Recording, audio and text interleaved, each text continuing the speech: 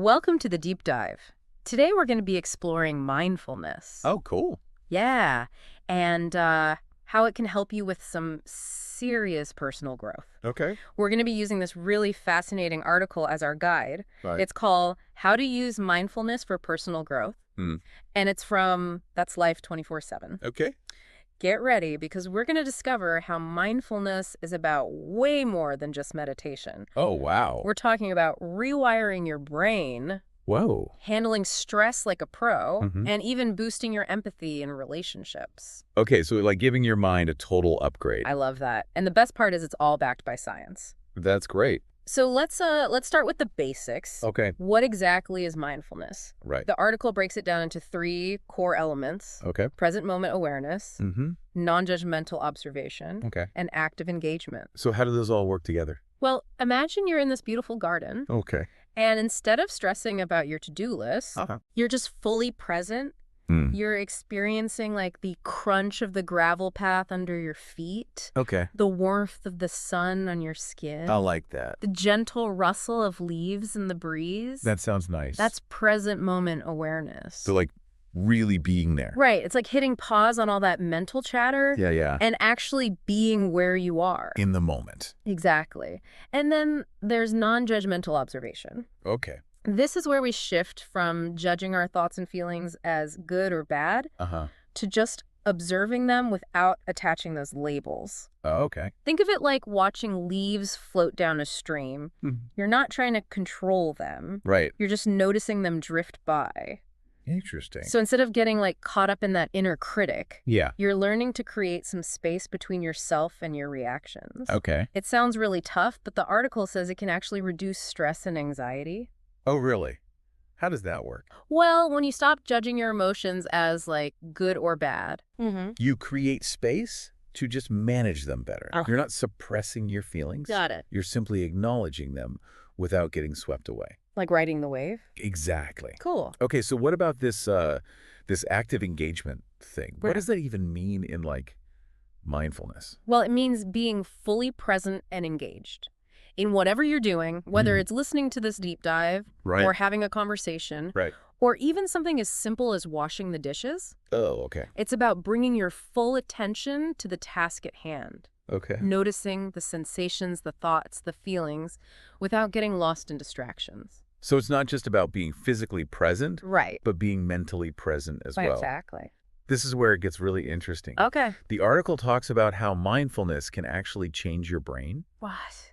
Yeah, like physically rewire it. Wow. It even mentions this Harvard study where practicing mindfulness for just 27 minutes a day. Led to these incredible results. What were they seeing? Yeah, it's not just touchy-feely stuff. There's real science behind it. So tell me, what are those brain changes? Well, studies using MRI scans have actually shown that regular mindfulness practice Mhm. can actually increase gray matter Okay. in areas of the brain responsible for learning, memory, Wow. and emotional control. That's amazing. We're talking about a more active prefrontal cortex, Okay. which means you're better at like making decisions and staying focused. Oh, that's cool. It's like a mental upgrade. I like that. But what about stress? You mentioned that mindfulness can help us handle stress better. Right. How does that tie into the brain changes? Well, this is where the amygdala comes in. Okay. It's this part of your brain that's responsible for your fear and stress response. Mm-hmm. And guess what? Yeah.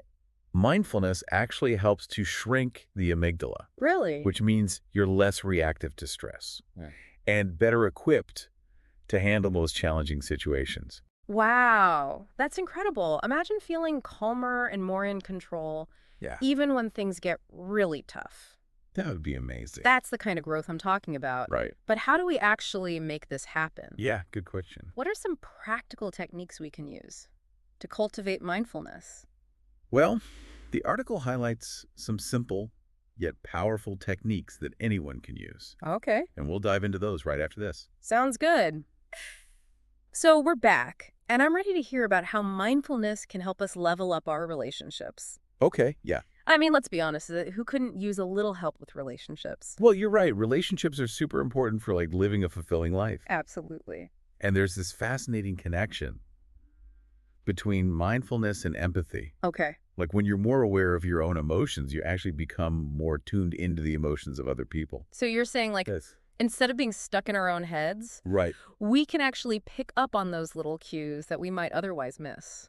See, exactly. It's like you're developing an emotional radar or something. I like that. And then what? Well, that heightened sensitivity allows you to respond Right. with more understanding and compassion. So imagine you're able to truly get where your partner's coming from, Right. even when they can't really put their feelings into words. Yeah, and that can transform so many arguments. Oh, absolutely. Instead of reacting defensively, Uh, you can pause, listen with an open heart, mhm. and actually work through the issue together. That's the power of mindfulness in action. Right. And it's not just about romantic relationships, right? No, not at all. The article mentioned these benefits extend to all kinds of interactions, like Mm. with friends, family, coworkers, even strangers.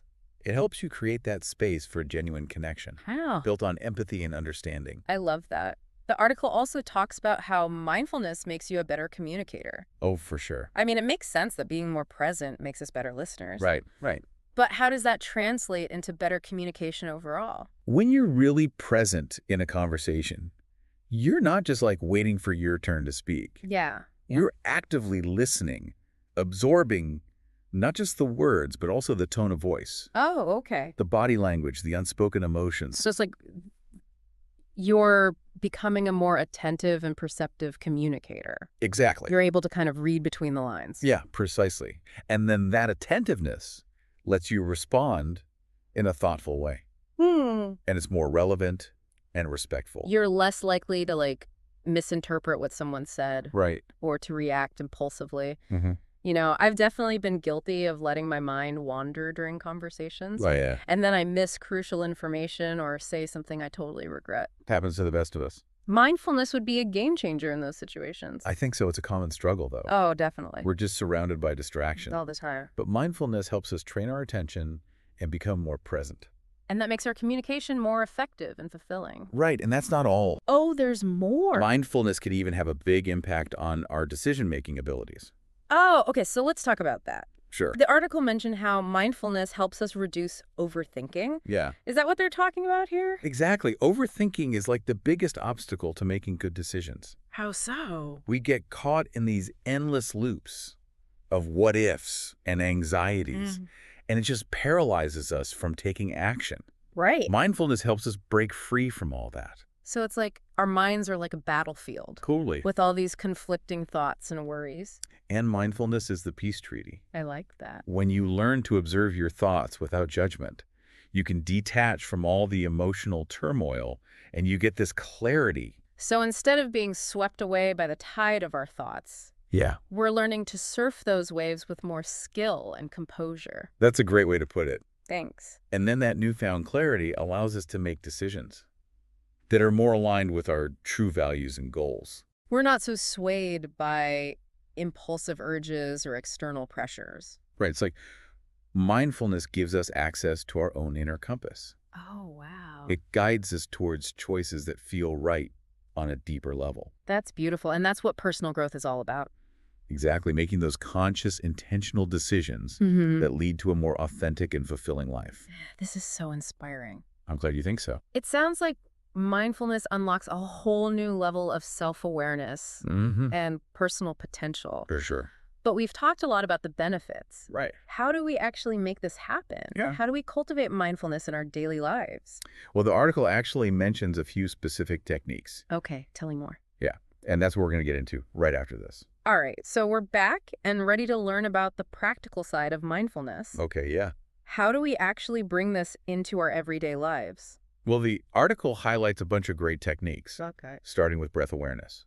Oh, right, you mentioned this earlier. Mhm. Sounds simple enough, It is. but I bet it's harder than it seems. Yeah, you're right. It can be tough. Our minds tend to wander, especially these days. Totally. We live in a world full of distractions. So what exactly is breath awareness?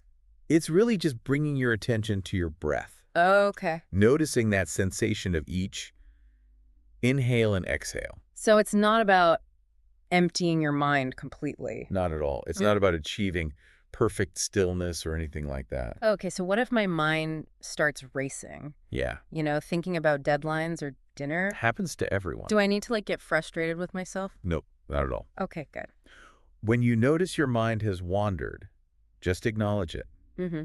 without judgment and gently guide your attention back to your breath. So it's like training a muscle. Exactly. The more you practice, the stronger your focus will become. I like that analogy, and the best part is you can practice this anytime, anywhere, right? Absolutely. Like in line at the store, Yeah. stuck in traffic, Mm. even during a stressful meeting. It's like a built-in stress buster right in your pocket. Exactly. What if I'm looking for something a bit more structured? Well, there's the 4-7-8 breath. Okay, I've heard of that. It's great for calming anxiety and promoting relaxation. So how does it work? It's a specific breathing pattern. Okay. You inhale quietly through your nose for a count of 4, 4, then hold your breath for a count of 7, 7, and then exhale completely through your mouth for a count of 8. 8. Okay, so it's like a mini meditation. Yeah, exactly. You use it anytime you need a moment of calm. So like if I'm feeling anxious, Mhm. instead of letting it take over, Right. I can just do this 4 seconds in, 7 holding, 8 out. and just reset. It can really make a difference. I'll have to try that one. The article also mentioned something called box breathing. Oh, yeah, that's a good one. What's that all about? So box breathing is a technique that's often used by military personnel Oh, wow. and athletes to stay focused under pressure. It's a 4-part breathing cycle Okay. where you inhale for a count of 4, Mm-hmm. hold your breath for a count of 4, Gorgon. exhale for a count of 4, Okay. and then hold your breath again for a count of 4. So it's 4 all the way around. You got it. And I can visualize a box as I'm breathing. Exactly, and that can help you maintain the rhythm and keep you grounded. I love that visual element. It sounds like a great way to quiet my mind, It really can be. especially in those high-pressure situations. For sure. But what about incorporating mindfulness into just everyday activities? Yeah, that's a great point. Can we apply these techniques to things like washing the dishes or going for a walk? Absolutely. That's the beauty of mindfulness. It's not just for meditation sessions. So we can weave it into the fabric of our daily lives, Exactly. like mindful showering, Yeah. mindful eating, Mhm. even mindful walking. It's all about bringing that present moment awareness to whatever you're doing. Engaging your senses Right. and savoring the experience. Yeah. Instead of rushing through your shower, for example, you could really focus on the feeling of the warm water on your skin, Oh, that sounds nice. the scent of the soap, Yeah. the sound of the water cascading down. It's like a whole new experience. It can be. That's a great reminder to slow down and appreciate the little things. It's so easy to get caught up. In our to-do lists and future plans, Totally. We forget to actually live in the present moment. it's like that saying, What's that? life is what happens when you're busy making other plans. That's so true. This deep dive has been amazing. Glad you think so. I feel like I have a whole new toolkit for personal growth. It's a great starting point. I'm excited to try out all these techniques. Yeah, and remember, this is just the beginning. There are tons of resources out there. Oh, okay. Books, apps, guided meditations. Mm-hmm. You can even find local mindfulness groups. That's awesome. Yeah, The key is to just find what resonates with you. right, and make it a regular practice. The more you practice, the more natural it will become. This has been truly eye-opening. I'm glad to hear that. Thank you so much for joining us on this deep dive into mindfulness for personal growth. Thanks for having me. Until next time.